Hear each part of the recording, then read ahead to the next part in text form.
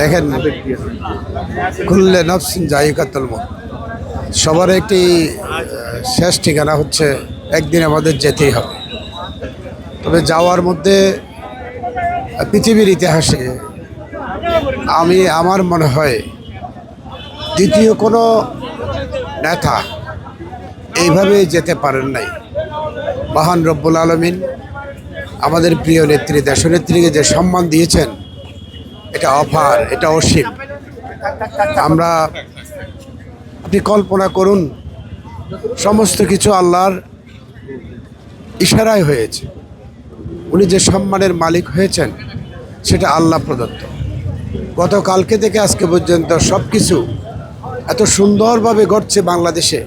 আমি সুদূর চট্টগ্রাম থেকে এসেছি, নির্ঝঞ্ঝাটভাবে হাজার হাজার কর্মী, লক্ষ কর্মী এসেছে, কিন্তু কোথাও কোনো ধরনের বিচ্যুতি ঘটে নাই।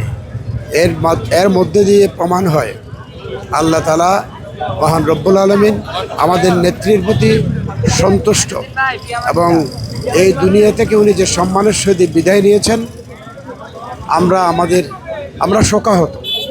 আমরা যারা সাধারণ কর্মী, জাতীয়তাবাদী দলের, আমাদের নেত্রীকে দেখে আমরা সাহস পেয়েছি, শক্তি পেয়েছি, আন্দোলন সংগ্রামের শক্তি পেয়েছি।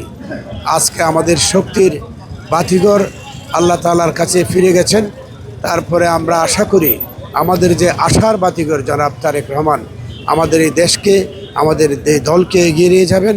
এই শোককে শক্তিতে রূপান্তরিত করে, পরিণত করে আমরা আগামীর দেশকে গড়ে তুলব একসাথে আগামীর পথে। ধন্যবাদ আপনাকে।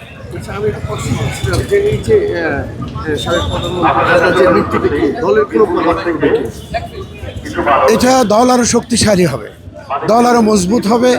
আমাদের পরিবারের সদস্যরা আমরা আরও দৃঢ় বন্ধনে আবদ্ধ হব। আল্লাহ তাআলা আমাদের কাছ থেকে ওনাকে নিয়ে গেছেন। আমাদের নেতা আছেন জনাব তারেক রহমান সাহেব, উনি এখন আমাদের চেয়ারম্যান, সম্মানিত চেয়ারম্যান সাহেব।